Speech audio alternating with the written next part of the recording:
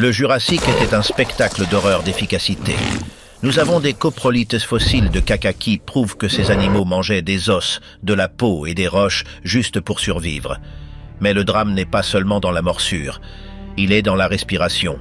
Avec des niveaux d'oxygène si élevés, les incendies de forêt étaient explosifs et constants. Alors voici l'affaire. Nous traquons un Allosaurus et un Diplodocus à travers une journée qui écraserait un humain moderne en 10 minutes. Et la fin, vous ne croirez pas ce qui se passe quand le soleil se couche. Aube dans la formation Morrison. C'était il y a 150 millions d'années.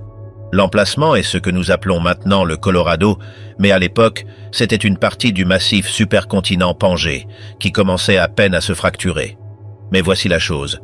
La planète tourne plus vite qu'aujourd'hui. Une journée complète n'est pas de 24 heures, elle est seulement de 23 heures. Cela signifie que chaque cycle biologique, chaque chasse et chaque battement de cœur est compressé. L'horloge avance plus vite, l'atmosphère est épaisse. Nous voyons des niveaux d'oxygène tournant autour de 26%. Comparez-le aux 21% que nous respirons aujourd'hui. Ces 5% supplémentaires peuvent ne pas sembler beaucoup, mais ils surchargent fondamentalement la biologie de tout sur la planète. Ils permettent aux animaux de grandir à des tailles qui sont physiquement impossibles dans le monde moderne. Les niveaux de dioxyde de carbone sont au plafond 5 à 10 fois plus élevés qu'en 2024. Cela crée un effet de serre global qui maintient la température moyenne entre 85 et 100 degrés Fahrenheit toute l'année. Il n'y a pas de calotte polaire. Les niveaux de l'océan sont 200 mètres plus élevés qu'aujourd'hui. Il est 5h30 du matin. Le soleil n'a pas encore franchi l'horizon, mais l'humidité est déjà à 90%. Un brouillard épais s'accroche aux prairies de fougères de la formation Morrison. Au plus profond d'un bosquet de conifères, une forme massive commence à s'agiter. C'est l'Allosaurus fragilis. C'est le principal prédateur de cet écosystème. Il pèse 2,3 tonnes et s'étend sur 30 pieds du nez à la queue. Mais ce n'est pas un lézard lent. L'histologie osseuse, l'étude de la structure microscopique des os, nous montre que cet animal grandissait rapidement, gagnant des centaines de livres par an, similaire aux mammifères modernes. Il est à sang chaud, et en ce moment, il a faim. L'Allosaurus se réveille à cause de son nez. Ses bulbes olfactifs sont énormes, occupant une partie significative de sa boîte crânienne. Il peut détecter une carcasse ou un troupeau d'herbivores depuis 5000 de distance. Il déroule sa queue, qu'il utilise pour l'équilibre, et se pousse pour se lever. Mais ce n'est pas si simple, cependant. Déplacer 2 tonnes de poids nécessite une augmentation massive de la pression artérielle. Son cœur, probablement de la taille d'un four à micro-ondes, pompe furieusement le sang pour apporter de l'oxygène à ses muscles. Il est diurne. Cela signifie qu'il opère pendant la journée. Les preuves fossiles suggèrent que ses yeux sont adaptés pour la perception de la profondeur en lumière vive, contrairement aux troodons plus petits qui gouvernent la nuit. L'Allosaurus étire ses bras. Ce ne sont pas les petits bras inutiles d'un T-Rex, ce sont des crochets de préhension massifs à 3 doigts avec des griffes de 6 pouces. Ce sont des armes fonctionnelles, mais il n'est pas le seul à se réveiller. 3000 à l'est, le sol vibre. Un troupeau de 20 Diplodocus longus se lève. Ce sont les vrais titans. Un Diplodocus adulte mesure 85 pieds de long et pèse environ 15 tonnes. C'est le poids de 3 éléphants africains empilés les uns sur les autres. Mais comprenez ceci, leurs têtes sont minuscules, de la taille de la tête d'un cheval, attachée à un cou de 20 pieds. Ils ont passé la nuit debout en cercle défensif. Les empreintes trouvées dans l'ouest des États-Unis montrent que les sauropodes, ces géants au long cou, se déplaçaient en unité familiale. Les jeunes, peut-être les créatures les plus vulnérables du Jurassique, restent au centre. Un bébé Diplodocus éclot d'un œuf de la taille d'un melon et doit grandir jusqu'à 15 tonnes en seulement quelques décennies. Cela nécessite de manger, beaucoup manger. Le soleil franchit l'horizon à 6 heures du matin, augmentant instantanément la température de 10 degrés et mettant l'Allosaurus en mouvement. Il ne rugit pas. Rugir est un gaspillage d'énergie et trahit sa position. Il se déplace avec un silence terrifiant pour un animal de sa taille. Ses pieds sont rembourrés de tissu fibreux épais qui amortit le son de ses pas. Son objectif n'est pas le troupeau de Diplodocus. Pas encore. Un Diplodocus adulte en bonne santé est simplement trop grand pour qu'un Allosaurus solitaire l'abatte sans risquer une fracture du fémur. Au lieu de cela, il scanne les berges de la rivière à la recherche de quelque chose de plus petit. Il voit un stégosaurus. Tout le monde connaît le stégosaurus, les plaques sur son dos, les pointes sur sa queue. Mais voici la partie folle. Ces plaques ne sont pas une armure, elles sont remplies de vaisseaux sanguins. Les paléontologues croient qu'elles étaient utilisées pour la thermorégulation pompant du sang dans les plaques, pour se refroidir ou se réchauffer, et pour l'exposition. Elles deviennent d'un rouge vif lorsque l'animal est agité. En ce moment, ces plaques rougissent. Le stégosaurus a détecté le prédateur. L'allosaurus se fige, il calcule la distance. Il peut courir à 21 000 par heure, mais seulement en courte rafale. C'est un chasseur à l'affût, pas un coureur de marathon. Le stégosaurus balance sa queue. Cette queue est équipée de 4 pointes, connues sous le nom de tagomiseurs. Chaque pointe mesure 3 pieds de long. Un coup peut percer l'os de la jambe de l'allosaurus, conduisant à une infection et une fin lente et douloureuse. L'allosaurus décide de passer. C'est un simple calcul risque-récompense. Dans la nature, on ne se bat pas un combat équitable. On en trouve un injuste. Pendant ce temps, le troupeau de Diplodocus est occupé à son activité principale, la déforestation. Ils ne mâchent pas. Leurs dents sont comme des chevilles, conçues uniquement pour arracher les feuilles des branches. Ils mordent, tirent et avalent. Fondamentalement, leurs estomacs sont des cuves de fermentation. Ils avalent des pierres, appelées gastrolites. Nous avons trouvé ces pierres lisses et polies à l'intérieur de cages thoraciques fossilisées. Les pierres s'assoient dans le gésier et broient les aiguilles de pin et les fougères dures. C'est un mélangeur de ciment biologique. Un seul Diplodocus a besoin de consommer environ 1000 livres de végétation chaque jour. C'est 40 livres de nourriture chaque heure. Pour maintenir cela, ils se déplacent constamment. Ce sont des ingénieurs environnementaux. En marchant, ils écrasent les petits arbres, créant des chemins dégagés que les dinosaures plus petits utilisent comme route. Mais il y a un inconvénient à cette digestion massive, le méthane. Les modèles climatiques suggèrent que l'énorme quantité de gaz méthane libérée par les troupeaux de sauropodes a réellement contribué à l'effet de serre globale. Ces animaux changeaient littéralement le climat avec leur digestion. Il est 8 heures du matin, la chaleur monte rapidement à 88 degrés Fahrenheit et l'humidité étouffante signale que la chasse est en cours. L'allosaurus a trouvé une nouvelle cible, un Camptosaurus. C'est un herbivore de taille moyenne, volumineux mais sans défense comparé au Stégosaurus. Il n'a pas de pointe ni d'armure, il dépend de la course. Cette fois, l'allosaurus n'hésite pas. Il sort de la couverture des conifères. L'accélération est brutale, sa queue agit comme un contrepoids, maintenant sa tête à niveau. Le Camptosaurus fuit, mais il est trop tard. L'allosaurus s'écrase sur lui. Et c'est là que la science devient brutale. L'allosaurus ne mord pas comme un T-Rex. Un T-Rex a une force de morsure qui écrase les os. L'allosaurus a une force de morsure d'environ seulement 1 tonne plus faible que celle d'un lion par rapport à sa taille. Mais voici la chose. Son crâne est construit comme une hache. Il ouvre sa mâchoire à un angle incroyable de 79 degrés. Il frappe sa mâchoire supérieure vers le bas comme une hache. Ses dents sont dentelées comme des couteaux à viande et recourbées vers l'arrière. Une fois qu'elle s'enfonce, la proie ne peut pas se libérer.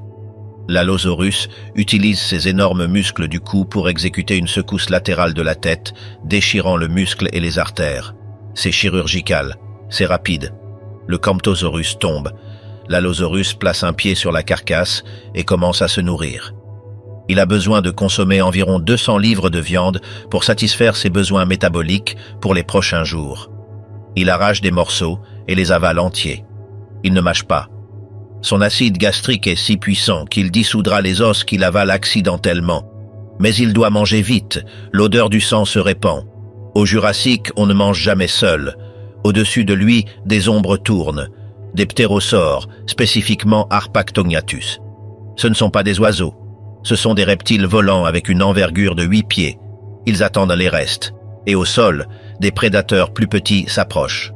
Ornitholeste, un théropode de 6 pieds de long, observe depuis les fougères. Il attend que l'allosaurus se remplisse et parte. Pendant que la violence se produit à l'échelle macro, une guerre invisible se déroule juste sous leurs pieds. Le sol est plein de vie. Nous parlons d'insectes, des coléoptères géants, des libellules et les ancêtres des abeilles modernes. Les fossiles d'ambre de cette période nous montrent que les insectes étaient cruciaux pour polliniser les cycas et les arbres de ginkgo. Sans eux, le Diplodocus n'aurait pas de nourriture. Et sans aucun doute, les créatures les plus importantes de cet écosystème ne sont même pas des dinosaures, ce sont des mammifères. De petites créatures ressemblant à des musaraignes appelées Morganoucodon. Elles sont minuscules, nocturnes et vivent dans des terriers. Elles sont terriblement efficaces pour manger des insectes et des œufs de dinosaures. Alors que l'Allosaurus est le roi du jour, ces mammifères sont les rois du sous-sol. Ils attendent leur moment. Ce sont les ancêtres de chaque être humain sur la planète aujourd'hui. Mais en ce moment, ils ne sont que des collations pour tout ce qui est plus gros qu'un chat. L'Allosaurus termine son repas. Son jabot est plein. Maintenant, il est lent. La digestion nécessite une quantité massive d'énergie. Il se dirige vers un bain de boue près de la rivière. Les dinosaures ne transpiraient pas.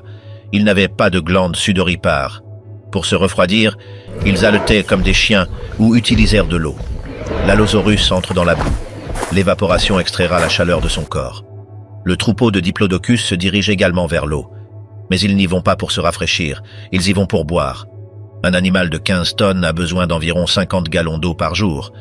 Les deux espèces sont sur une trajectoire de collision. L'Allosaurus est rassasié, donc il ne chasse pas. Mais une mère Diplodocus ne le sait pas. Tout ce qu'elle voit, c'est le prédateur. Le troupeau s'arrête. Les sentinelles grondent. Ces sons de basse fréquence voyagent sur des milles à travers le sol, captés par les pieds des autres dinosaures. C'est un système d'alarme infrasonore. L'Allosaurus les observe. Il est rassasié, mais il est territorial. Il se dresse, la boue dégoulinant de ses flancs. Il siffle un son créé en forçant l'air à travers des chambres spécialisées dans sa gorge. Cela ressemble à une valve de vapeur libérant de la pression. Le mâle leader du Diplodocus fait un pas en avant. Il lève ses pattes avant du sol, dressé sur ses pattes arrière. Pendant un moment, il mesure 40 pieds de haut. Il frappe ses pattes avant contre le sol. L'impact est enregistré comme un mini tremblement de terre. C'est une démonstration de force. L'Allosaurus recule. Cela ne vaut pas l'énergie. Il se retire à nouveau à l'ombre de la ligne d'arbres. Il est 10 heures du matin, le soleil est brûlant et la température a atteint 92 degrés, signalant un changement dangereux dans l'atmosphère. L'activité matinale diminue. La chaleur au Jurassique est oppressante. La plupart des dinosaures entrent dans un état de faible énergie pendant les heures de midi pour éviter l'hyperthermie. L'Allosaurus trouve un fourré dense de fougères. Il s'installe, ses paupières se ferment. Mais il ne dort jamais complètement. Un œil reste souvent ouvert. Son cerveau dort en hémisphère, une moitié se reposant tandis que l'autre reste alerte. C'est une caractéristique que nous voyons chez les oiseaux et les crocodiles modernes. Dans un monde où tout essaie de vous abattre, le sommeil profond est une erreur fatale. Le troupeau de Diplodocus se déplace vers une forêt d'arbres Araucaria. L'ombre procure un certain soulagement. Ils arrêtent de bouger et restent immobiles, leur long cou atteignant la canopée, dépouillant les branches les plus hautes que les autres herbivores ne peuvent atteindre. C'est le partitionnement de niches. Le Stegosaurus mange les buissons bas, le Camptosaurus mange les feuilles de niveau moyen, le Diplodocus prend la suite penthouse. Mais la journée est loin d'être terminée. L'atmosphère est instable. Ce niveau d'oxygène de 26% combiné à la chaleur intense crée un mélange volatile. Des nuages se forment à l'horizon. Des nuages sombres et élevés de cumulonimbus. Au Jurassique, les tempêtes ne sont pas seulement de la pluie. Ce sont des événements électriques violents. Et avec le haut niveau d'oxygène, un seul éclair peut déclencher une tempête de feu qui consume des milliers d'acres en quelques heures. Le vent se lève. L'odeur d'ozone se mêle à l'odeur de résine de pin et de fumier de dinosaures. L'Allosaurus frissonne dans son sommeil. Il sent la chute de pression. Le calme du matin est sur le point de se briser. Le vrai danger au Jurassique n'est pas les prédateurs, c'est la planète elle-même. Et à mesure que l'horloge avance vers midi, la température continue de monter, poussant chaque animal à sa limite thermique. La plupart des gens pensent que les dinosaures régnaient sur la Terre, mais la vérité est qu'ils ne faisaient que la survivre. Midi dans le Morrison. Il est 11h30 du matin, le soleil est directement au-dessus de la tête et la température est montée à 98 degrés Fahrenheit, transformant le paysage en un four biologique. Mais voici la chose. Au Jurassique, l'humidité est coincée à 90%. Cela crée un effet de bulbe humide. Pour la plupart des mammifères modernes, ces conditions seraient fatales en quelques heures parce que la sueur ne s'évapore pas. Elle reste simplement sur la peau, faisant bouillir les organes internes. Mais les dinosaures ont un système de refroidissement différent. Le troupeau de Diplodocus a complètement cessé de bouger. Ils participent à un processus appelé homéothermie inertielle ou gigantothermie. Fondamentalement, ils sont si grands que leur température corporelle met des jours à changer. Ce sont des puits de chaleur vivants. Mais ils ont encore besoin de se débarrasser de l'excès de chaleur. Ils le font à travers leur système respiratoire. Ils ne respirent pas comme nous. Les humains ont une respiration tidale, l'air entre, l'air sort. C'est inefficace. Les sauropodes ont un système de flux d'air unidirectionnel, similaire aux oiseaux modernes. L'air circule en boucle continue à travers un système complexe de sacs aériens qui s'étendent dans leurs os creux. Ce n'est pas seulement pour l'oxygène, c'est un système de climatisation interne. En expirant, ils expulsent l'air chaud de leur noyau. Si vous étiez à côté d'un diplodocus en ce moment, vous entendriez un son rythmique et sifflant comme un soufflet massif pompant. Ils ventilent littéralement la chaleur de leurs vertèbres. Mais le stégosaurus a une stratégie différente. Vous vous souvenez de ces plaques sur son dos? Pendant des décennies, les scientifiques ont débattu.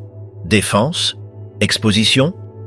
Maintenant, les images thermiques des alligators modernes et des becs de toucan nous donnent la réponse. Les plaques sont recouvertes d'une fine couche de kératine et de peau, pleine de vaisseaux sanguineux. Sous ce soleil brutal de midi, le stégosaurus tourne son corps. Il oriente le bord étroit des plaques vers le soleil pour minimiser l'absorption. Si un nuage passe ou si une brise frappe, le sang qui circule à travers ces plaques se refroidit, abaissant la température centrale de l'animal de plusieurs degrés en quelques minutes. C'est un radiateur biologique. Mais tout le monde ne peut pas se rafraîchir. Dans le sous-bois, un Dryosaurus, un herbivore bipède petit et rapide, halète rapidement. Il manque la masse du Diplodocus et les radiateurs du Stegosaurus. Il doit dépendre de l'ombre. Il creuse dans la terre fraîche sous une fougère géante, pressant son ventre contre le sol. C'est un refroidissement par conduction. La forêt est silencieuse. Les oiseaux, ou plutôt, les dinosaures aviaires, comme Archaeopteryx, ont cessé de chanter. Ils conservent l'humidité. Le seul son est le bourdonnement des libellules de la taille de faucon. Il est 12h45 de l'après-midi et la soif annule finalement la prudence. L'Allosaurus se réveille. La chaleur l'a rendu irritable. Son taux métabolique est élevé, brûlant de l'énergie juste pour maintenir ses systèmes en fonctionnement. Il a besoin d'eau. Il se dirige vers le lac Oxbow. C'est un plan d'eau stagnant coupé de la rivière principale. L'eau est trouble, pleine d'algues et de frondes de cycas flottantes. Mais au Jurassique, on ne se plaint pas de la qualité de l'eau. Mais voici l'affaire. Le lac est un goulot d'étranglement. Chaque animal dans un rayon de 5000 se dirige au même endroit. Quand l'Allosaurus arrive, la plage est bondée. Un troupeau de Camarasaurus, des sauropodes plus trapus et au cou court boit. Ils aspirent de l'eau en quantité massive, presque 30 gallons en une seule session. L'Allosaurus sort de la ligne d'arbres. Normalement, les herbivores se disperseraient, mais la chaleur les a rendus désespérés. Ils tiennent bon. Les taureaux Camarasaurus piétinent la boue, créant un avertissement par vibration. Mais la vraie menace n'est pas sur la rive. Elle est dans l'eau. La surface ondule. Une paire d'yeux brise la ligne d'eau. C'est Goniopholis. Il ressemble à un crocodile, mais c'est un cousin préhistorique. Il mesure 12 pieds de long avec une force de morsure de 3000 livres par pouce carré. Il n'est pas assez grand pour abattre un Allosaurus, mais il est opportuniste. Il observe les animaux plus petits. Un jeune Dryosaurus glisse dans la boue. Il tombe dans les eaux peu profondes. La réaction est instantanée. Le Goniopholis explose hors de l'eau. Il n'utilise pas la finesse. Il utilise la pure énergie cinétique. Il s'accroche à la jambe du Dryosaurus. Le dinosaure crie un appel de détente aiguë qui résonne sur les parois du canyon. L'Allosaurus observe. Il n'intervient pas. Il attend. Le crocodile effectue un roulis de la mort, tournant son corps pour désorienter la proie. Mais le Dryosaurus donne des coups de pied sauvagement. Ses griffes griffent l'œil du reptile. Le reptile recule, relâchant sa prise. L'herbivore se traîne hors de la boue, saignant mais vivant. L'Allosaurus avance. Il ne chasse pas le Dryosaurus. Il revendique la place. Le crocodile plonge, sachant qu'il ne peut pas gagner une guerre terrestre contre un théropode de 2 tonnes. L'Allosaurus baisse la tête et boit. Il lèche l'eau avec une langue rugueuse, ses yeux scrutant la ligne d'arbre. Il sait quelque chose que les herbivores ne savent pas. Le vent a changé de direction. L'odeur d'ozone devient plus forte. Il est 2 heures de l'après-midi et le ciel devient d'un violet violacé, signalant l'ignition de l'atmosphère. Nous avons mentionné les niveaux d'oxygène de 26%. C'est le carburant pour le feu, mais le détonateur est l'atmosphère elle-même. Le supercontinent Pangée cause d'énormes courants ascendants thermiques. Quand l'air chaud de l'intérieur rencontre l'air humide de l'océan Tétis, cela crée des supercellules, des tempêtes qui éclipsent tout ce que nous voyons dans le Midwest aujourd'hui. Des éclairs jaillissent. C'est silencieux au début. Puis, 10 secondes plus tard, le tonnerre frappe. Cela sonne comme des tirs d'artillerie. Le troupeau de Diplodocus commence à paniquer. Leur petit cerveau qui pèse seulement quelques onces lutte pour traiter la chute soudaine de pression. Ils dépendent de l'instinct, ils se regroupent. Mais c'est une erreur. Dans un orage électrique, être l'objet le plus haut sur une plaine plate est une erreur fatale. Un éclair, plus chaud que la surface du soleil, s'abat. Il frappe un pin Araucaria solitaire, à seulement 50 yards du troupeau. Et c'est là que la science de l'atmosphère du Jurassique devient terrifiante. En 2024, si un éclair frappe un arbre mouillé, il pourrait brûler. Au Jurassique, avec 26% d'oxygène, l'air lui-même est inflammable. L'arbre ne prend pas seulement feu, il explose. La résine à l'intérieur de l'écorce se vaporise instantanément. Des éclats de bois enflammés volent dans les fougères. Les fougères sont sèches à cause de la chaleur de midi. En 30 secondes, un feu ponctuel devient un mur de flammes. Ce n'est pas une combustion lente, c'est une tempête de feu. Les flammes brûlent en bleu et blanc à la base, un indicateur de combustion intense d'oxygène. Elles se déplacent à 15 000 par heure, plus vite qu'un humain ne peut courir. Il est 2h30 de l'après-midi et la routine quotidienne se brise quand l'Allosaurus sent la fumée instantanément. Son instinct de survie annule son impulsion territoriale. Il fait demi-tour et court, mais il ne court pas aveuglément. Il se dirige vers la rivière. La scène est chaotique. Le Stégosaurus se déplace aussi vite qu'il le peut, ses plaques rougissant de sang tandis que son rythme cardiaque monte en flèche à 150 battements par minute. Les ornitholestes se précipitent entre les jambes des géants. Dans un incendie, la trêve prédateur-proie est en plein effet. Personne ne s'arrête pour manger quand le monde brûle. Le troupeau de Diplodocus est lent à accélérer. Il faut du temps pour mettre 15 tonnes en mouvement. L'arrière du troupeau est enveloppé de fumée. L'inhalation de fumée est la menace numéro 1. Les particules dans la fumée du Jurassique sont chargées de cendres volcaniques et de résine de pin. Elles recouvrent les poumons comme du goudron. Un des jeunes Diplodocus, un adolescent d'environ 30 pieds de long, reste derrière. Il tousse, un son profond et résonnant. Le feu se referme. La chaleur est si intense que l'air à 50 pieds devant le feu est brûlant. La peau du jeune commence à se fissurer. Mais voici la partie folle. L'évolution a pris cela en compte. Les dépôts de charbon fossile de cette période nous montrent que ces incendies étaient fréquents. Ils se produisaient constamment. Les survivants sont ceux qui savent exactement où sont les coupe-feux. Le leader du Diplodocus tourne brusquement à gauche, s'écrasant à travers un fourré dense de prêles. Il les guide vers une zone brûlée par un incendie il y a 2 semaines. C'est une zone noire. Il ne reste plus de combustible à brûler là. Le troupeau se précipite dans la lande noircie. Ils sont à l'abri des flammes, mais ils sont entourés d'un anneau de feu. Les niveaux d'oxygène alimentent l'incendie jusqu'à ce qu'il sonne comme un moteur à réaction. Le jeune trébuche dans la zone noire juste au moment où le mur de feu consume les fougères derrière lui. Il survit, mais ses flancs sont brûlés. Les conséquences et l'opportuniste. Il est 4 heures de l'après-midi et la tempête est passée aussi vite qu'elle est venue, laissant un paysage fumant et noirci.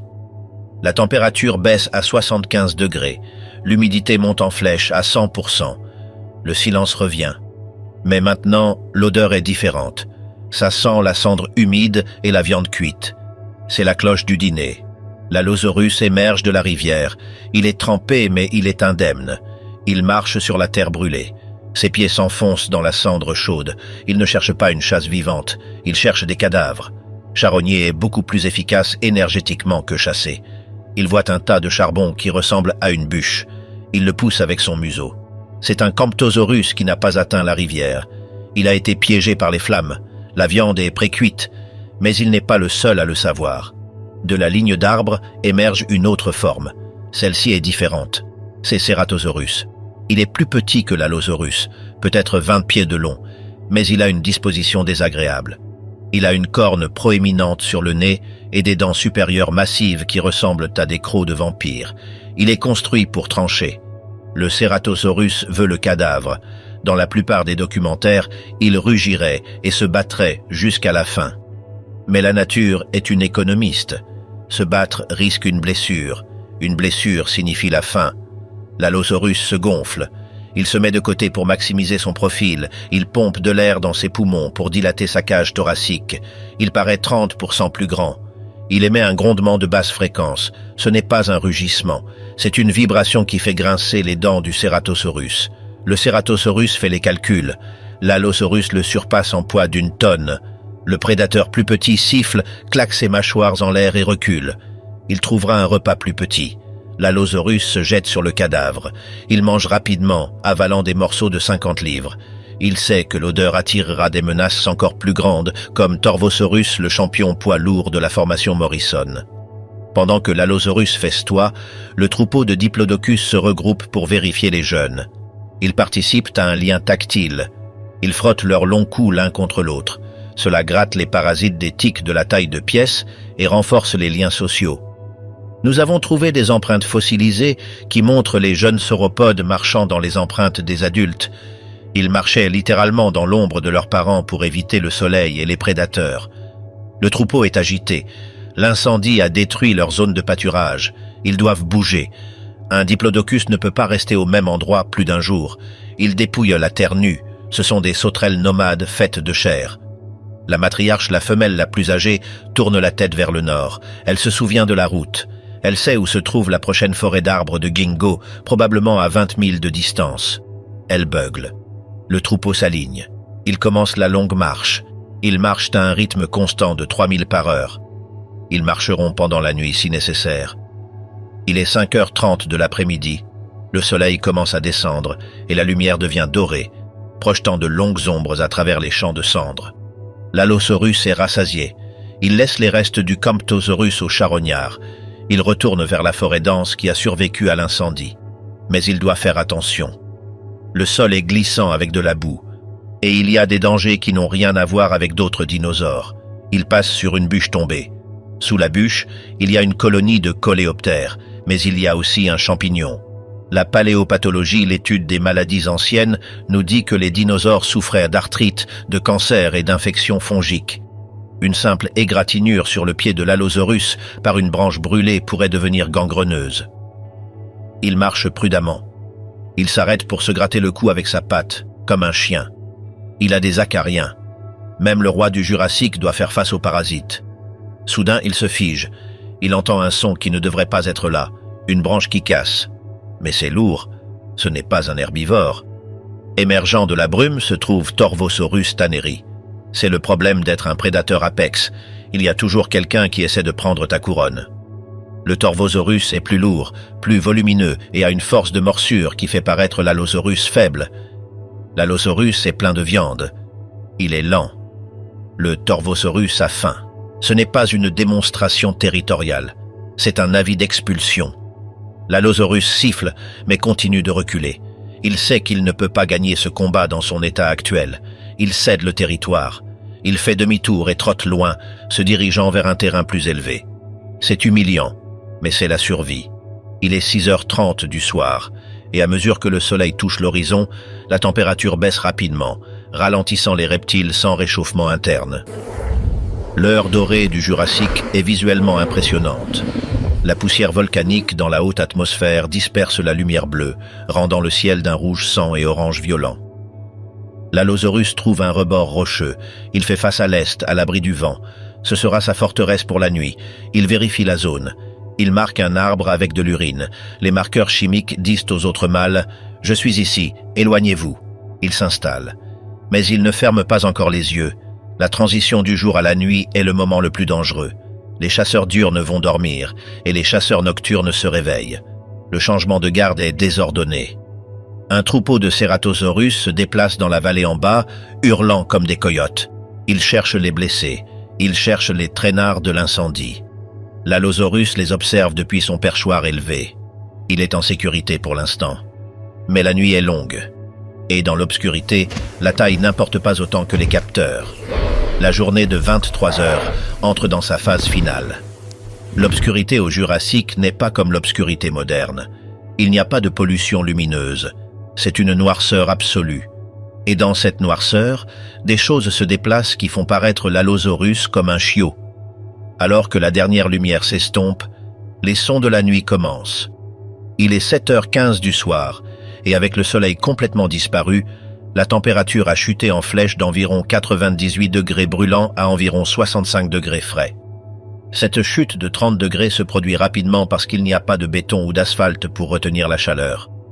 C'est juste de la terre et de la végétation brute. Mais voici la chose. L'obscurité au Jurassique est absolue. Il n'y a pas de pollution lumineuse. La Lune est plus proche de la Terre qu'aujourd'hui, apparaissant environ 5% plus grande dans le ciel, projetant une lumière argentée fantomatique sur la formation Morrison. Pour l'Allosaurus, c'est fin de partie pour la journée. Ses yeux sont adaptés pour la chasse diurne. Il a une haute densité de cônes dans ses rétines, qui sont excellents pour la couleur, mais terribles en faible lumière. Fondamentalement, il est aveugle la nuit. Il se blottit dans son abri rocheux. Il abaisse son taux métabolique pour conserver l'énergie. Il est dans un état de léthargie. Mais pour un ensemble différent de chasseurs, la journée commence à peine. Émergeant des grottes et des broussailles denses se trouvent les spécialistes nocturnes. La garde biologique change. Le Ceratosaurus est en mouvement. Nous l'avons mentionné avant, mais maintenant il est dans son élément. Les études fossiles de son crâne montrent des cavités olfactives massives encore plus grandes que celles de l'Allosaurus par rapport à sa taille. Il n'a pas besoin de vous voir. Il peut vous sentir, mais la vraie menace n'est pas les grands, ce sont les petits. Au plus profond des forêts de fougères, une paire de grands yeux brillants s'ouvre. C'est le Mesodactylus. Attendez, c'est un ptérosaure. Nous cherchons quelque chose au sol. Nous cherchons le Colurus, un petit théropode agile d'environ 6 pieds de long. Il ne pèse que 40 livres. Il est rapide, agile et construit pour l'obscurité. Le sol de la forêt prend vie avec le son. En 2012, les scientifiques ont recréé la chanson d'un grillon du Jurassique appelé Archaboilus musicus. Il ne stridulait pas. Il émettait un ton bas et continue à 6,4 kHz. Imaginez un bourdonnement électrique constant remplissant l'air. C'est la bande-son de la nuit du Jurassique. Et caché dans ce son se trouvent les ancêtres de l'humanité. Pourquoi les mammifères dominèrent la nuit? Il est 8h30 du soir, et le sol vibre, mais pas à cause des dinosaures. Sous les racines massives d'un arbre de ginkgo, un petit museau apparaît. C'est Fruitaphosaur winchefeli. Il ressemble à un tamia croisé avec un tatou. Il mesure seulement 6 pouces de long et pèse moins qu'un smartphone. Mais ne laissez pas la taille vous tromper. Ce petit est une merveille évolutive. Ses dents sont spécialisées. Contrairement aux reptiles, qui ont des dents de cheville uniformes, Fruitaphosaur a des dents à racines ouvertes qui ne cessent jamais de pousser. Il est construit pour ronger. Il mange des termites, et comprenez ceci. Il a des membres antérieurs massifs spécifiquement conçus pour creuser à la manière du grattage, comme une taupe moderne. Il sort en courant de son terrier. Il est en mission. Il a besoin de calories.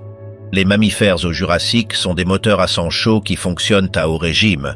Ils doivent manger leur poids corporel en insectes chaque nuit juste pour rester au chaud. Il se faufile sur le sol de la forêt. Il évite les zones ouvertes de lumière de lune.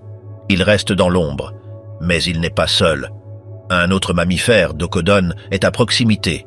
Docodon est plus grand, de la taille d'un castor.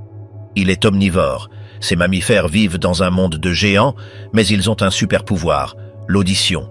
Une étude des os de l'oreille moyenne des mammifères du Jurassique prouve qu'ils pouvaient entendre des sons à haute fréquence que les dinosaures ne pouvaient pas.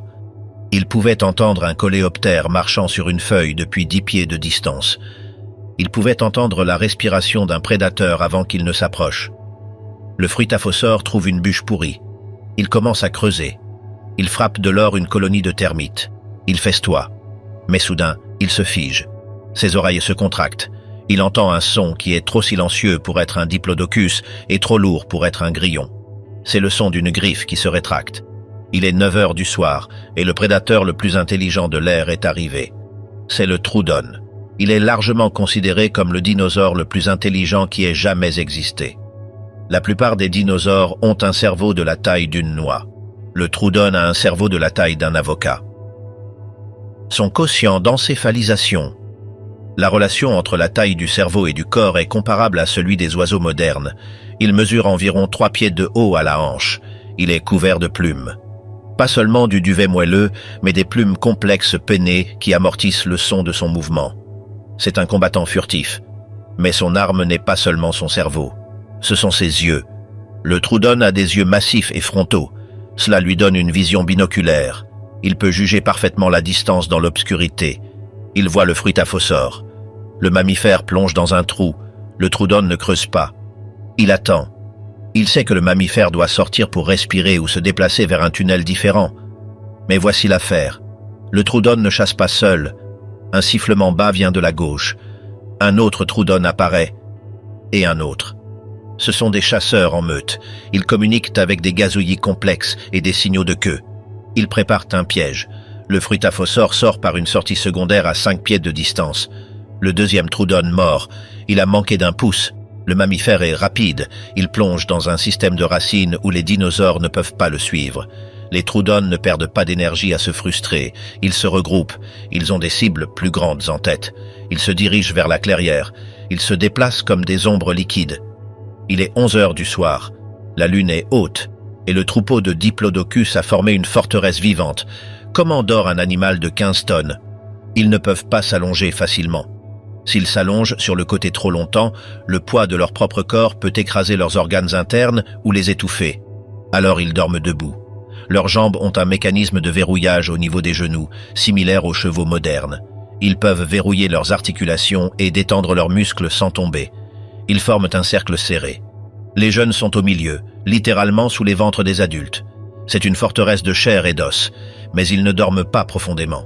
Ils participent au sommeil à ondes lentes unihémisphériques. Une moitié du cerveau dort, tandis que l'autre reste éveillé. Un œil reste ouvert.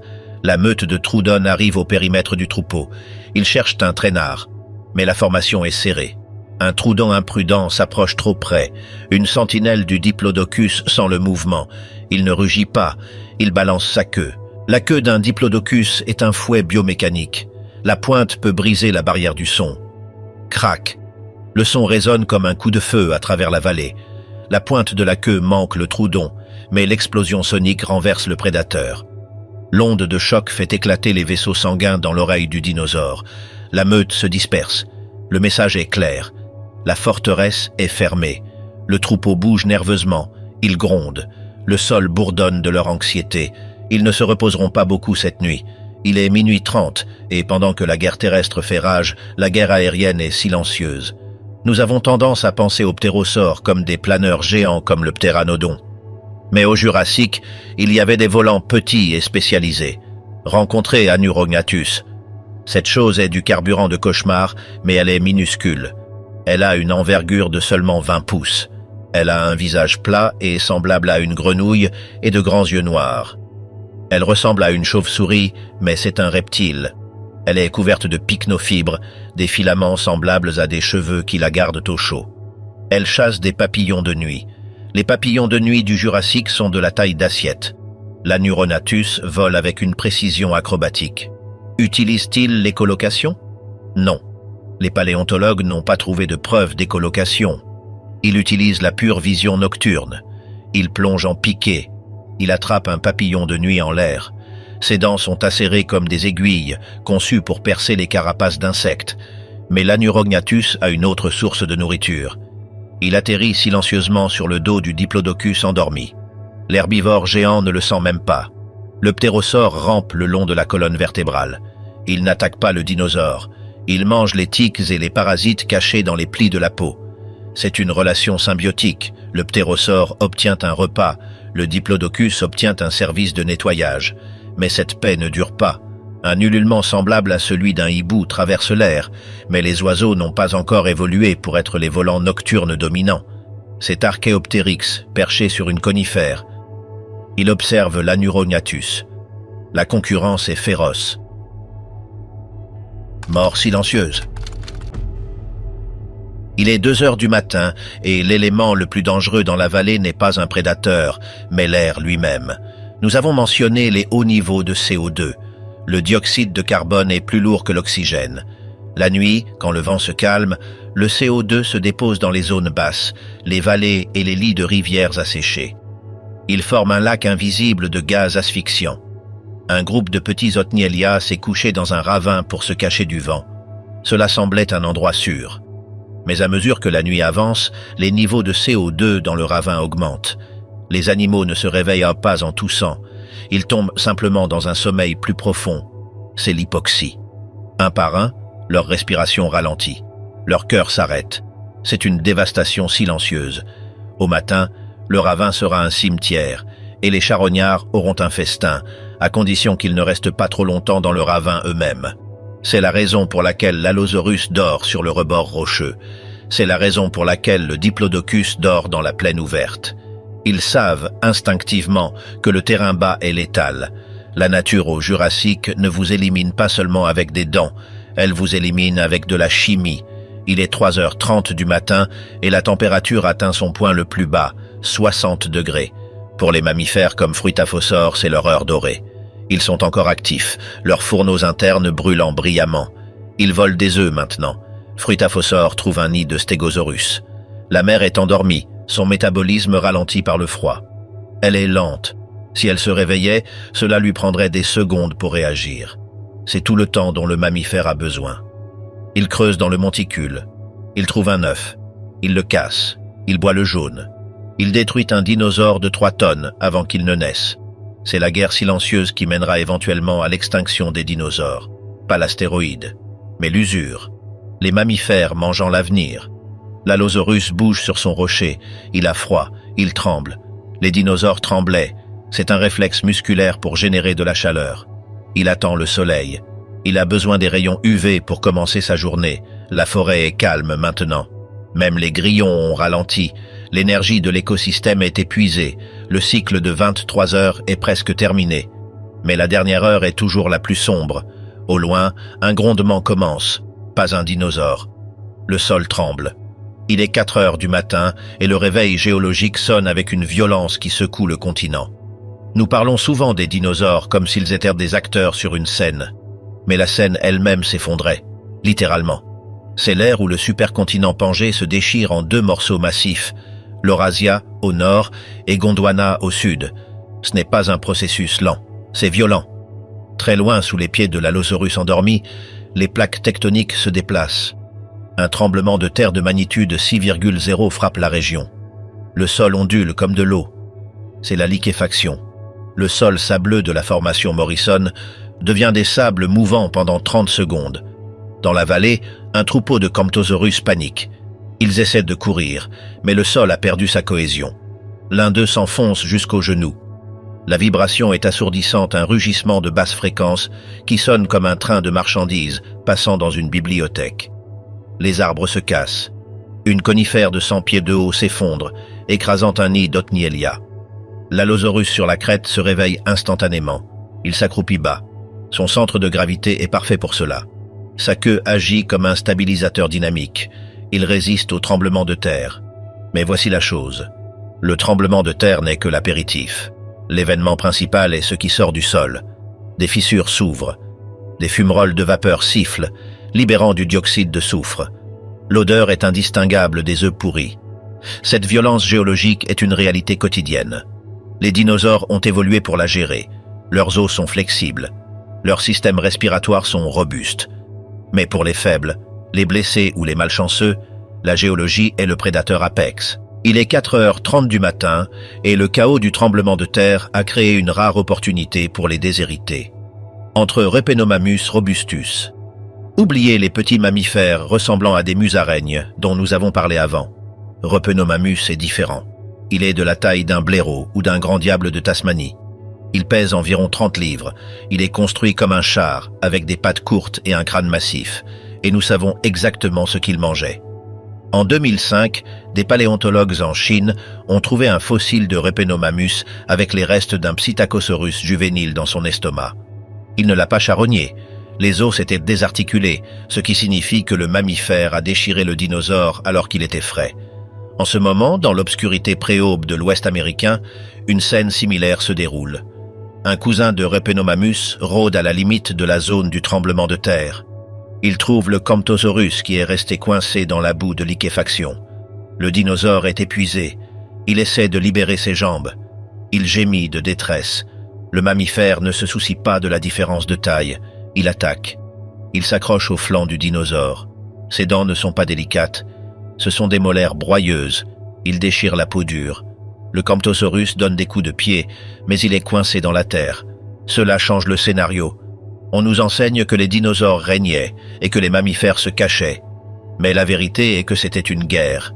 Et à 4h30 du matin, les mammifères gagnaient. Le Repenomamus mange jusqu'à satiété avant que le soleil ne se lève. Il sait qu'une fois que la lumière revient, il redevient une proie. Mais pendant ces quelques heures, il est le roi. Il est 5h du matin. L'horizon devient d'un violet violacé et la température se situe à environ 62 degrés frais, laissant les géants raides et vulnérables. L'Allosaurus est éveillé, mais il est raide. Il y a un grand débat en paléontologie. Les dinosaures étaient-ils à sang froid ou à sang chaud? Le consensus en 2024 est qu'ils étaient mésothermes. Ils pouvaient générer leur propre chaleur, mais pas aussi efficacement qu'un mammifère. Ils avaient des taux métaboliques élevés, mais dépendaient encore de l'environnement. L'Allosaurus se lève. Ses mouvements sont saccadés. Le liquide synovial dans ses articulations est visqueux à cause du froid. Il participe à la thermogenèse par frisson. Ses énormes muscles de la cuisse vibrent rapidement. Cela brûle des calories pour générer de la chaleur. Il brûle ses réserves. Il a besoin de carburant. Il regarde vers la vallée. Le brouillard est épais. Le tremblement de terre a altéré le paysage. Les arbres sont tombés. La rivière a légèrement changé de cours. Il a besoin du soleil. Il tourne son corps vers l'est. Il ouvre sa bouche. La muqueuse sombre de sa bouche est riche en vaisseaux sanguins. En l'exposant aux premiers rayons de lumière, il peut réchauffer son sang plus rapidement. C'est un panneau solaire fait de chair. Le troupeau de Diplodocus se réveille aussi. Ils ont plus facile. Leur masse pure signifie qu'ils n'ont pas perdu beaucoup de chaleur pendant la nuit. C'est l'inertie thermique. Une fois que vous chauffez 15 tonnes de viande, elle reste chaude longtemps. Ils sont prêts à bouger avant les prédateurs. 5h30 AM embouteillage. Il est 5h30 du matin et à mesure que le soleil perce l'horizon, le monde explose avec du bruit. Mais ce n'est pas le chant des oiseaux, c'est le bourdonnement des insectes. L'air chaud déclenche l'éclosion. Des millions de cigales et de coléoptères prennent leur vol. La biomasse est stupéfiante, et les suivants sont les ptérosaures. Depuis les falaises, dimorphodons plongent. Ce ne sont pas des planeurs élégants, ils ont des crânes lourds et des ailes courtes. Ce sont des volants frénétiques, ils battent des ailes forts, ils plongent dans les nuages d'insectes. C'est une frénésie d'alimentation aérienne, mais il y a un joueur plus grand dans le ciel. Harpactognathus, un ptérosaure massif avec une crête osseuse sur sa tête. Il ne mange pas d'insectes, il chasse le dimorphodon. Il plonge en piqué à 40 000 par heure. Il arrache un ptérosaure plus petit de l'air. Il l'avale entier, en plein vol. C'est le danger du ciel du Jurassique. Il y a toujours un volant plus grand. Au sol, l'Allosaurus observe le spectacle. Il n'est pas intéressé par les volants. Il cherche le Stegosaurus. Il voit un mâle solitaire de Stegosaurus près de la rivière. Le tremblement de terre l'a séparé du groupe. La table est mise. Il est 6h du matin et le cycle s'est réinitialisé, apportant une température croissante de 75 degrés et un instinct renouvelé de chasser. L'Allosaurus bouge. Maintenant, il est plus chaud. Ses muscles sont fluides. Il s'approche du Stegosaurus.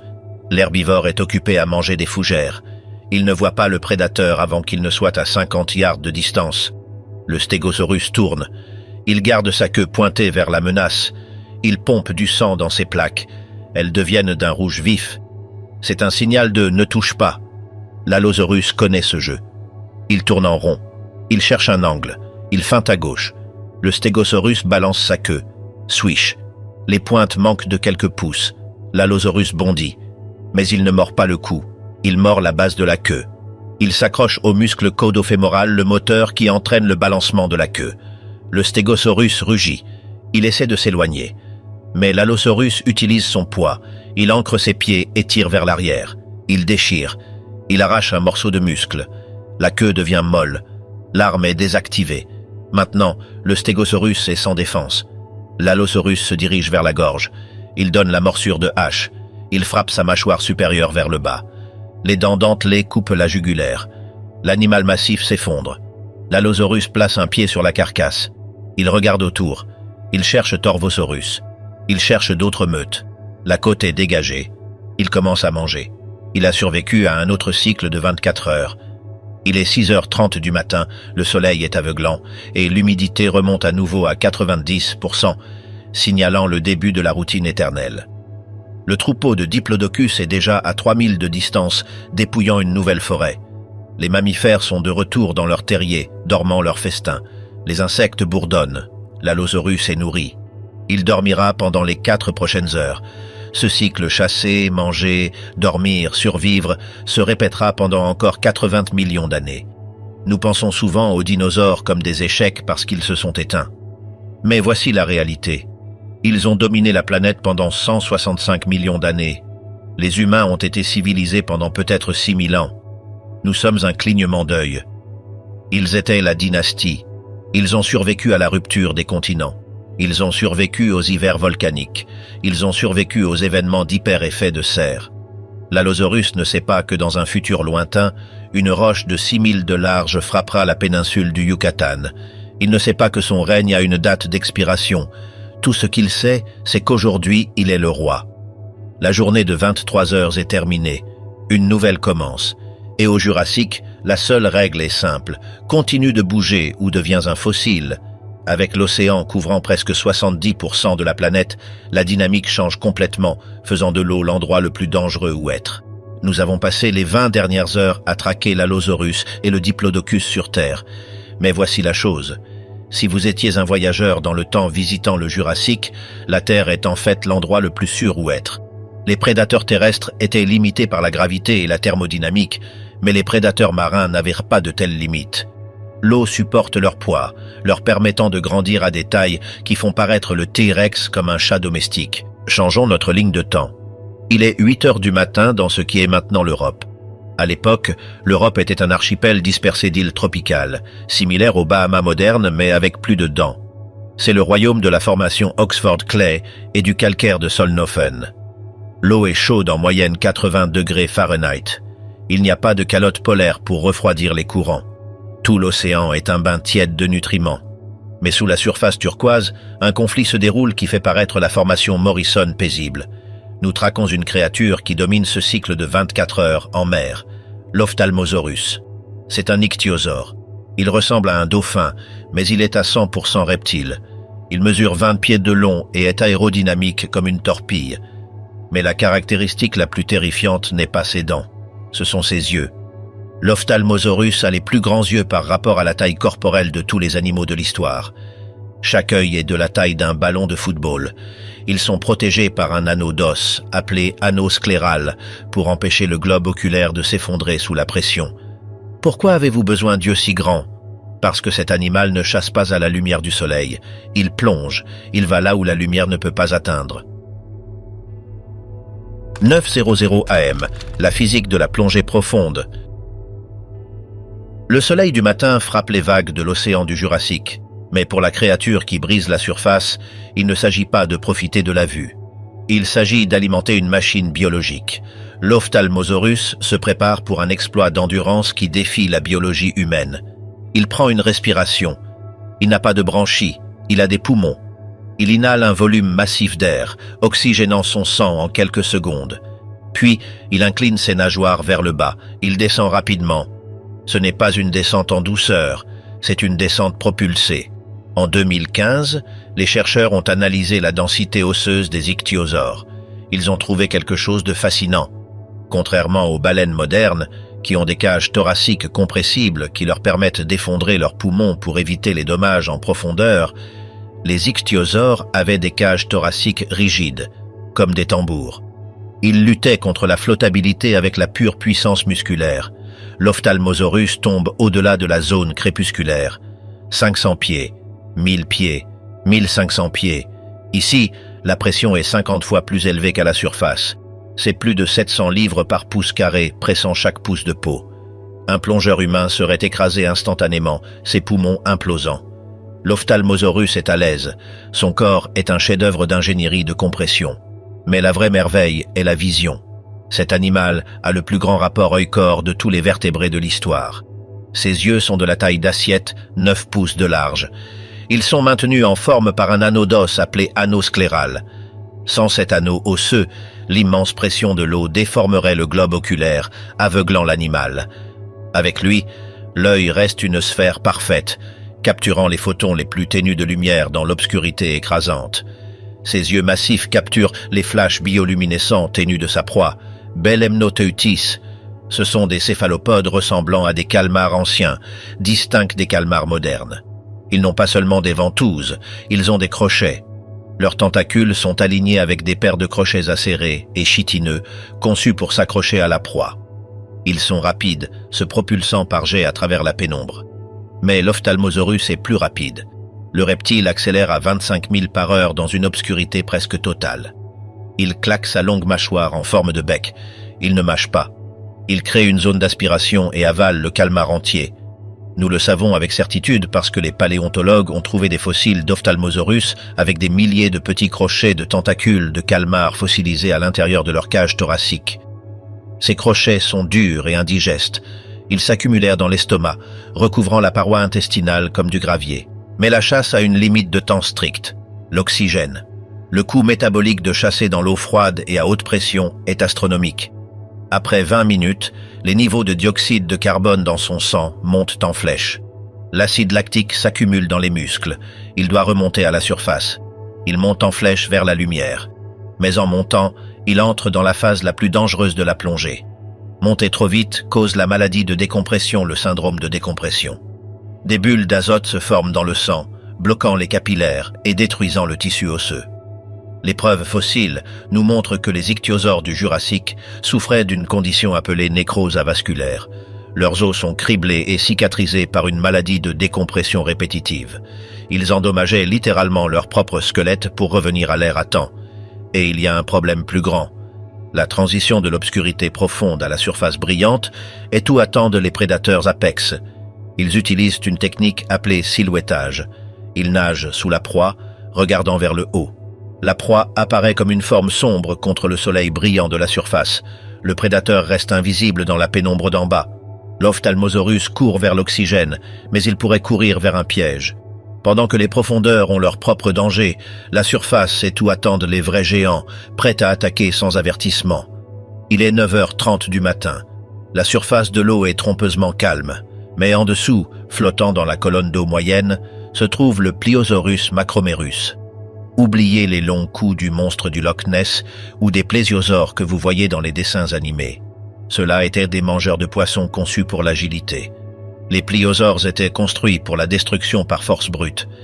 Ils avaient des coups courts et épais et des crânes massifs. Un seul crâne trouvé à Dorset, Angleterre, mesure 8 pieds de long. Ce crâne seul est plus grand que tout le corps d'un humain grand. L'animal lui-même mesure 40 pieds de long et pèse 45 tonnes. Le système de propulsion est unique dans le règne animal. La plupart des animaux marins, requins, dauphins, thons utilisent la queue pour la propulsion. Les pliosaures utilisaient la traction à 4 nageoires. Ils possèdent 4 nageoires massives, chacune jusqu'à 6 ou 7 pieds de long. Les simulations par ordinateur et les études biomécaniques suggèrent qu'ils ne ramèrent pas seulement, ils volèrent sous l'eau. Ils battaient les 4 nageoires dans un rythme coordonné pour générer une accélération explosive. C'est fonctionnellement similaire au vol d'un pingouin, mais à une échelle de 40 tonnes. L'Ophthalmosaurus brise la surface pour respirer, exhalant une brume d'embrun. Il est vulnérable. Le pliosaure attaque d'en bas. Il active les 4 nageoires, générant des milliers de livres de poussée en une fraction de seconde. Il frappe l'ichthyosaure, avec la force d'un train de marchandises diesel. L'impact seul brise probablement la colonne vertébrale de l'ichthyosaure, laissant sa queue inutile. Puis les mâchoires se ferment. Les études de biomécanique sur la structure du crâne et les points d'attache musculaire suggèrent que le pliosaure avait une force de morsure de 33 000 livres par pouce carré, PSI. Mettons ce nombre en perspective. Un crocodile marin moderne, le mordeur le plus fort aujourd'hui, atteint 3700 PSI. Un Tyrannosaurus rex est estimé à environ 12 000 PSI. Le pliosaure mord presque 3 fois plus fort qu'un T-Rex. Il ne mord pas seulement, il écrase. Les dents ne sont pas dentelées comme celles d'un requin, elles sont triédriques triangulaires en section transversale. Cette forme est cruciale. Les dents dentelées sont pour couper la chair molle. Les dents triédriques sont des pics structurels conçus pour percer l'os et les plaques d'armure sans se briser. Quand les mâchoires se ferment, la pression crée un effet de vide, aspirant la proie encore plus dans la gorge. L'eau s'agite violemment quand le pliosaure initie un roulis de la mort ou une secousse violente. Les muscles du cou sont assez épais pour fouetter un animal proie de 2 tonnes d'un côté à l'autre comme une poupée de chiffon. L'Ophthalmosaurus, malgré sa vitesse, n'a aucune chance. L'événement de prédation se termine en quelques secondes. Le pliosaure avale de gros morceaux d'os et de chair, guidés par des dents semblables à des cliquets dans le palais, dents palatines, qui empêchent la proie de glisser. C'est la réalité de l'océan du Jurassique. Il y a toujours un poisson plus gros, et la physique est toujours du côté de la masse et de l'accélération. Alors que la turbulence de la prédation se calme, une ombre massive bloque le soleil, révélant le géant gentil de l'air. Il est 11 heures. Traversant lentement la boucherie se trouve l'Ichthys problematicus. D'abord, clarifions la taxonomie. Ce n'est pas un reptile, c'est un poisson osseux pachycormidé. Mais l'échelle est difficile à saisir. Il est de la taille d'une baleine bleue moderne. Les estimations conservatrices le placent à 55 pieds de long, bien que certains restes fragmentaires suggèrent que les individus pourraient atteindre des longueurs encore plus grandes. Mais voici la partie folle. Il n'a pas de vraie défense. Il n'a pas les rangées de dents dentelées d'un mégalodon ou le blindage d'un Dunkleosteus. C'est un géant, un filtreur flottant. Il ouvre une bouche de la taille d'une porte de garage double. Pendant qu'il nage, des centaines de gallons d'eau passent par sa bouche chaque seconde. À l'intérieur, il a 40 000 branchiospines minuscules et semblables à des aiguilles. Elles agissent comme un tamis biologique, piégeant le zooplancton, le krill et les petites méduses, tout en laissant passer l'eau par les branchies. Pourquoi a-t-il grandi si grand? La même raison que les sauropodes sur Terre, la gigantothermie et l'efficacité. Dans l'océan du Jurassique, être grand signifiait que vous étiez énergétiquement efficace. Un grand corps retient mieux la chaleur et peut parcourir de plus longues distances entre les zones de nourriture. Mais plus difficile à abattre ne signifie pas impossible. Nous avons des preuves fossiles d'os de l'Ichthys qui racontent une histoire macabre. Les os montrent des marques de morsures qui avaient guéri et grandi avec du nouveau tissu osseux. Cela signifie que l'animal a été attaqué, des morceaux arrachés de son corps, et a survécu. Ces animaux étaient constamment picorés alors qu'ils étaient encore vivants. Le coupable? Souvent le Metriorhynchus. C'est un crocodile marin, mais il ne ressemble pas à un crocodile de marais. Il a perdu son armure pour réduire le poids. Sa peau est lisse comme celle d'un dauphin. Ses membres sont devenus des nageoires, et il a une nageoire caudale comme un requin. Il est élégant, rapide et opportuniste. Une meute de Metriorhynchus nagerait vers un Ichthys à mouvement lent. Il s'accrocherait au flanc mou du poisson géant, effectuerait un roulis de la mort pour arracher un morceau de chair de 40 livres et s'éloignerait en nageant. Le Ichthys était si grand qu'il ne pouvait pas se retourner assez vite pour les arrêter. Il continuait simplement à nager, régénérant le tissu pendant des semaines. C'était un buffet vivant et respirant pour tout l'écosystème. C'est un phénomène connu sous le nom de prédation parasitaire. Le prédateur ne termine pas la proie, il la récolte. Le taux métabolique du Ichthys suggère qu'il grandissait extrêmement vite. Les anneaux de croissance dans ses os branchiaux indiquent qu'il atteignait des tailles massives en seulement 20 ans. Il devait grandir vite pour dépasser la taille de la bouche des prédateurs moyens. Mais contre une meute de crocodiles marins, la taille n'était qu'un tampon, pas un bouclier. En nous éloignant de l'océan ouvert, nous trouvons les lagunes peu profondes remplies d'un type de vie différent, défini par un cycle biologique tragique. Il est 1 heure de l'après-midi. L'eau ici est pleine d'ammonites. Ce sont les céphalopodes à coquilles en spirale iconique. Ils sont partout. Ils vont de la taille d'une pièce à la taille d'un pneu de tracteur. Ils sont la base de la chaîne alimentaire marine. Tous les mangent. Ce sont les pop-corns du Jurassique, mais ce sont aussi des merveilles d'ingénierie. La coquille n'est pas seulement une maison, c'est un dispositif de contrôle de la flottabilité. À l'intérieur de la spirale, la coquille est divisée en chambres par des cloisons appelées septa. Un tube de tissu appelé siphon-cule traverse ces chambres. L'ammonite pompe de l'eau et du gaz dans et hors de ces chambres pour contrôler sa profondeur, exactement comme les ballasts d'un sous-marin moderne. Mais son cycle de vie est catastrophique. Comme les calmars modernes, de nombreuses ammonites vivaient vite et subissaient des événements de mortalité massive. Après avoir frayé dans les lagunes chaudes et protégées, des morts massives se produisaient. La surface de l'eau se remplissait de milliers d'ammonites mortes ou mourantes. Voici la physique de la dérive. À mesure que le corps mou se décompose à l'intérieur de la coquille, il libère des gaz méthane et dioxyde de carbone. Ces gaz sont piégés dans les chambres de flottabilité. La coquille devient un ballon. Ils flottent à la surface, dérivant pendant des semaines ou des mois, emportés par les courants à des centaines de milles de l'endroit où ils vivaient. Finalement, le gaz s'échappe, la coquille se remplit d'eau et il coule. Ils coulent au fond de la lagune. Au Jurassique, le fond de ces lagunes était souvent anoxique, ce qui signifie qu'il y avait zéro oxygène dans la boue. C'est une zone morte. Aucun charognard, aucun crabe, aucun ver ne pourrait survivre là pour manger les coquilles. C'est la raison pour laquelle nous avons tant de fossiles parfaits. Ils tombaient dans de la boue toxique qui les préservait comme une capsule temporelle. Mais pour les vivants près de la surface, le danger vient de l'air. Un Rhamphorhynchus plonge en piqué.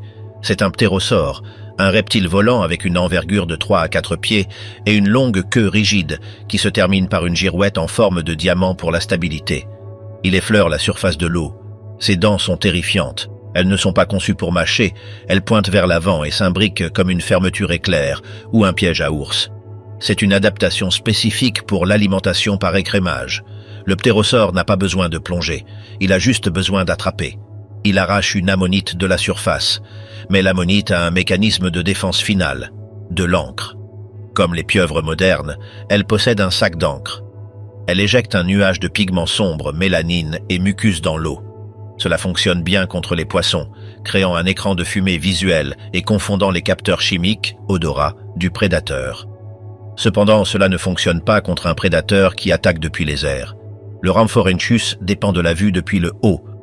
Le nuage d'encre marque simplement l'endroit.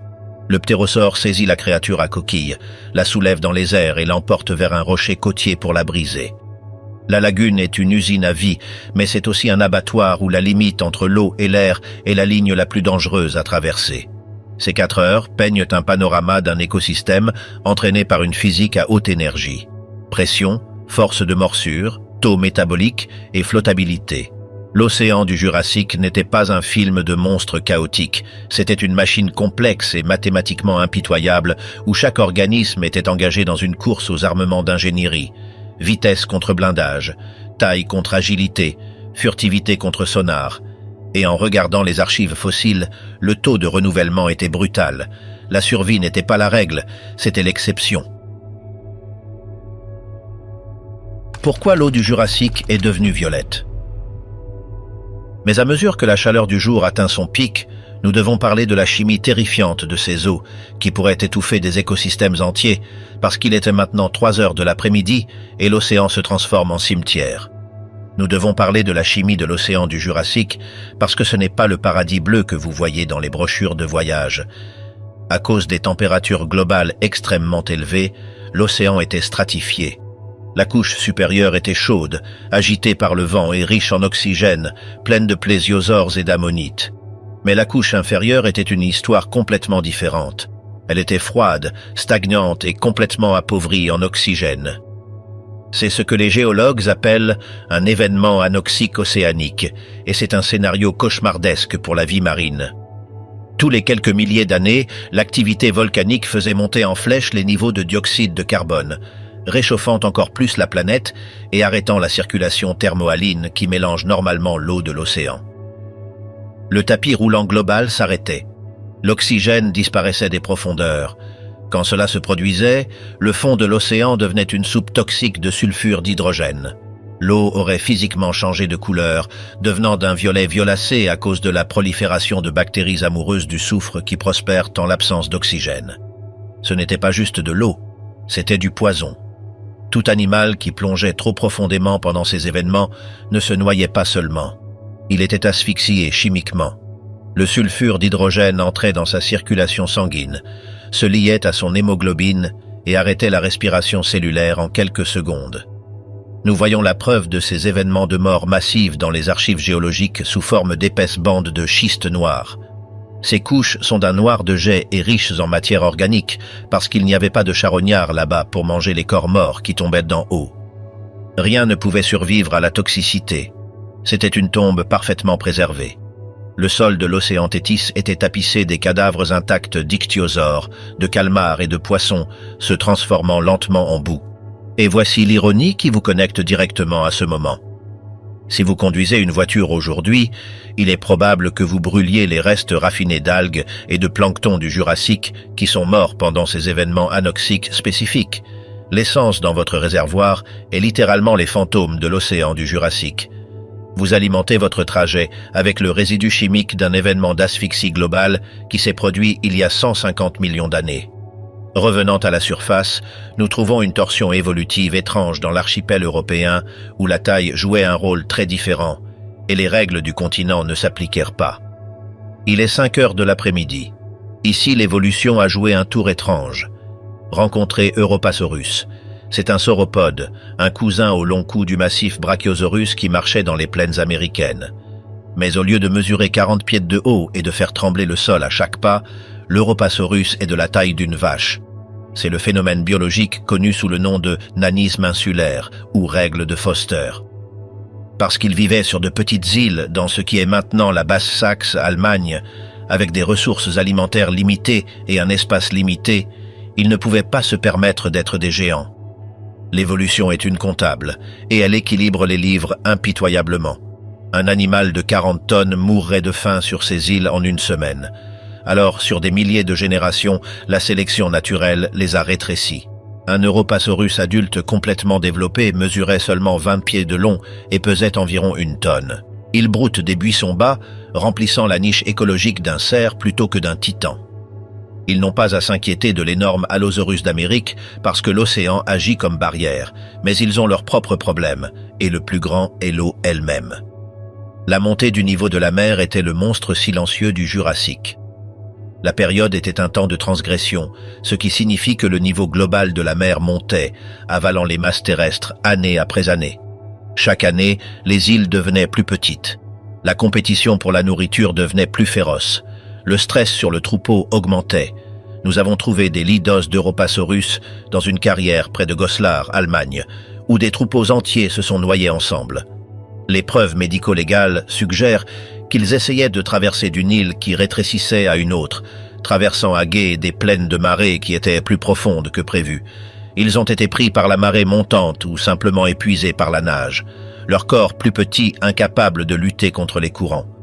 C'est un rappel brutal qu'au Jurassique, la géologie était l'arbitre ultime de la vie et de la mort. Les roches dictent la biologie. Ces sauropodes nains étaient parfaitement adaptés à leur environnement, mais quand l'environnement a disparu sous les vagues, leur adaptation est devenue leur tombe. Alors que le soleil commence à se coucher sur la lagune de Solnhofen, une créature atterrit sur un morceau de bois à la dérive, annonçant une révolution biologique qui survivra aux dinosaures eux-mêmes. Il est 6 heures du soir. La créature ressemble à une pie, mais quand elle ouvre son bec, vous voyez des dents acérées comme des aiguilles, et derrière, elle traîne une longue queue osseuse de reptile. C'est Archaeopteryx lithographica. C'est le fossile le plus célèbre du monde pour une raison. C'est la preuve irréfutable de l'évolution. Il prouve le lien entre les dinosaures et les oiseaux définitivement. Il ajuste ses plumes, les lissant avec un bec qui garde encore la mémoire génétique d'un museau. Ces plumes ne sont plus justes pour se réchauffer. Elles sont asymétriques. Cela signifie que le bord d'attaque est plus court que le bord de fuite. C'est un détail d'ingénierie qui n'existe que pour un but, l'aérodynamique. Cette créature est construite pour la portance. L'Archaeopteryx voit un coléoptère rampant sur le bois à la dérive. Il plonge. Il ne plane pas juste comme un écureuil volant.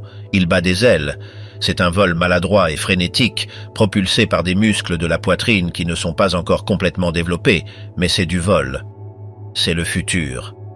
Alors que les massifs sauropodes et les terrifiants pliosaures sont des impasses évolutives qui disparaîtront dans les événements d'extinction à venir, cette petite créature nerveuse est l'ancêtre de chaque aigle, moineau et poulet sur Terre aujourd'hui.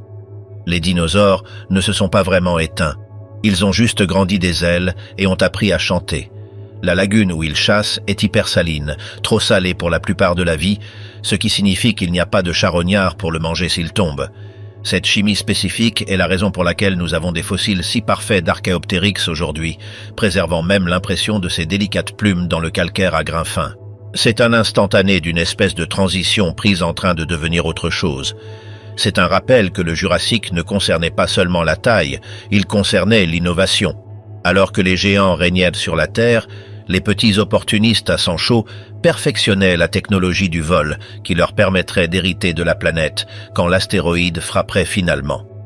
Finalement, le cycle de 24 heures arrive à sa fin, laissant derrière un monde qui est impitoyable, efficace et en constante évolution. Il est 7 heures du soir. Le soleil se couche sous l'horizon, peignant le ciel en tons violents d'orange et de violet à cause des cendres volcaniques dans l'atmosphère. Les animaux diurnes, ceux actifs pendant la journée, cherchent un abri. Mais le monde ne dort pas. L'Allosaurus en Amérique se réveille pour une autre nuit de terreur. Ses yeux sont adaptés à la faible lumière, et son odorat est assez aigu pour traquer un diplodocus depuis des milles. La nuit appartient aux chasseurs. Dans l'océan, le pliosaure en Europe digère sa proie, suspendu dans l'eau sombre, un léviathan se reposant avant le prochain massacre. Le troupeau de diplodocus migre à travers l'obscurité, utilisant sa taille immense comme bouclier contre les prédateurs qui rôdent dans les ombres. L'Archaeopteryx se perche haut dans un arbre de ginkgo pour éviter les crabes et les petits mammifères nocturnes qui mangeraient ses œufs. Dans ce seul cycle de 24 heures, la planète n'a pas seulement tourné, elle s'est dévorée elle-même. Nous parlons de milliards de calories arrachées de la Terre et traitées à travers les systèmes digestifs les plus terrifiants que la biologie ait jamais créés. Le Jurassique n'était pas un plateau de tournage avec des animatroniques attendant qu'un directeur crie coupé. C'était une machine fonctionnelle, brutale et à haute énergie qui fonctionnait chaude et bruyante. Des millions d'animaux sont morts avant que le soleil n'atteigne son zénith. De nouvelles vies ont éclos d'œufs coriaces enterrés profondément dans le sable volcanique chaud, seulement pour faire face à une probabilité statistique de mort qui ferait crier un actuaire moderne. Ce moteur de destruction biologique fonctionnait sans merci et plus terrifiant sans une seule seconde de pause pendant 56 millions d'années. C'était un monde défini par des extrêmes difficiles à comprendre même pour l'esprit humain moderne. Chaleur extrême qui cuisait l'air, taille extrême qui faisait trembler le substrat rocheux, et violence extrême qui transformait des vallées luxuriantes en champs mortels. Pensez à la pure thermodynamique de tout cela. Le transfert d'énergie était absolu. Le soleil tropical martelait la végétation luxuriante et riche en carbone, pompant des gigawatts d'énergie dans les fougères et les conifères. Puis sont venus les sauropodes, des gratte-ciels marchands dépouillant des forêts entières pour alimenter des corps de la taille de grues industrielles. Mais ils n'étaient que des batteries biologiques marchantes et respirantes attendant d'être ouvertes. Les carnivores ne chassaient pas seulement, ils récoltaient. Quand un prédateur fermait ses mâchoires sur une proie, ce n'était pas de la cruauté, c'était de la physique. C'était le transfert rapide d'énergie d'herbivore à carnivore dans une cascade thermodynamique de pouvoir qui façonnait littéralement les continents. Mais en le regardant depuis la sécurité de 150 millions d'années dans le futur, nous pouvons dépouiller l'horreur et voir la beauté dans l'efficacité. Il n'y avait absolument aucun gaspillage dans ce système.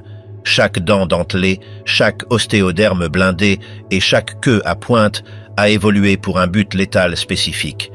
L'évolution n'a pas perdu de temps en esthétique. Si un dinosaure mourait, il ne pourrissait pas seulement. Il alimentait le niveau suivant de l'écosystème instantanément. Charognards, insectes et microbes nettoyèrent les eaux avant que la poussière ne retombe. Les morts nourrissaient les vivants, et les vivants luttaient avec chaque once de fibres musculaires pour rester ainsi juste un lever de soleil de plus. Le soleil se couche sur ce monde du Jurassique, projetant de longues ombres déformées sur un paysage rempli de monstres et de merveilles qui défient notre compréhension de la biologie. Mais cette histoire n'a pas disparu dans les terres. Elle est écrite dans la pierre sous nos pieds. Les couches de roches sédimentaires sont les pages d'un livre d'histoire reliées par la pression et le temps. Chaque fois que nous ouvrons un dépôt de schiste ou creusons dans une falaise de calcaire, nous ne regardons pas juste des roches. Nous lisons le journal d'un monde qui était aussi vivant, aussi compliqué et aussi terrifiant que le nôtre. Nous voyons les instantanés gelés d'une guerre de 50 millions d'années où la seule loi était la survie. Ce n'était qu'un jour dans la vie d'une planète violente. Maintenant, essayez d'imaginer ce qui s'est passé sur 20 milliards de jours de chaos non adultéré.